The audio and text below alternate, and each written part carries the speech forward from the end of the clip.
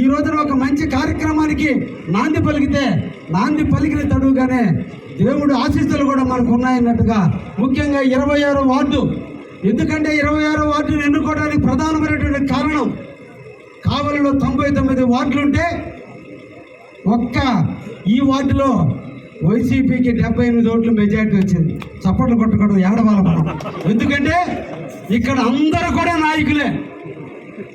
వీళ్ళ స్థాయిలో వార్డులకు పనికిరావు, కానీ ఎక్కడెక్కడో తిరిగి ఏదో చించాలనుకుంటున్నారు.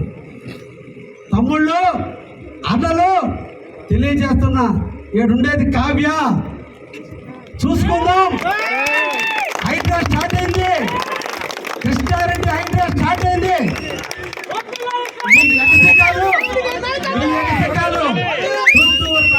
వర్షం కూడా స్టార్ట్ అయింది. దేవుడు ఆశీర్వాదాలు కల్మషం లేని కావ్య కృష్ణారెడ్డి ఎప్పుడు కూడా కష్టాన్ని నమ్ముకున్నాడు. కార్యకర్తలకు నిరంతరం అండగా ఉండేవాడు.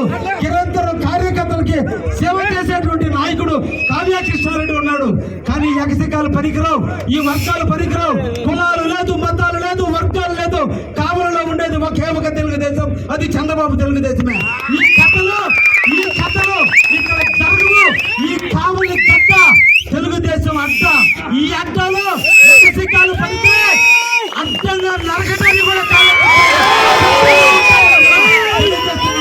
అందుకే రాబోయే ఎన్నికల్లో పలుకుతున్నా 26 వార్డు నుంచే ఒట్టినేని వెంకటేశ్వర్ని, గంగినేని వెంకటేశ్వర్ని ఇన్ఛార్జిగా పెడుతున్నా. ఇక్కడ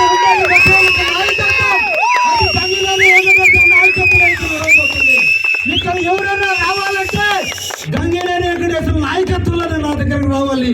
అది జరుగుతుంది. ఒకే నాయకత్వం కింద పనిచేస్తున్నాం.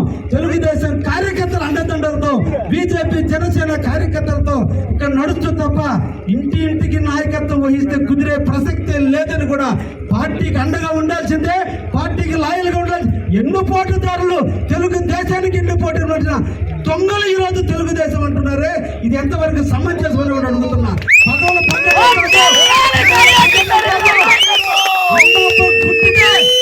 నిజాయితీ ఉంటే ఈ వార్డు ఎందుకు ఓడిపోయారో ఒక్కసారి ఆత్మ పరిశీలన చేసుకోవాలి. ఈ నాయకుల్ని ఇప్పటిదాకా కావ్య కృష్ణారెడ్డి ఒక యాంగిలే చూశారు, రాబోయే యాంగిల్ ఇంకొక రకంగా చూస్తారని కూడా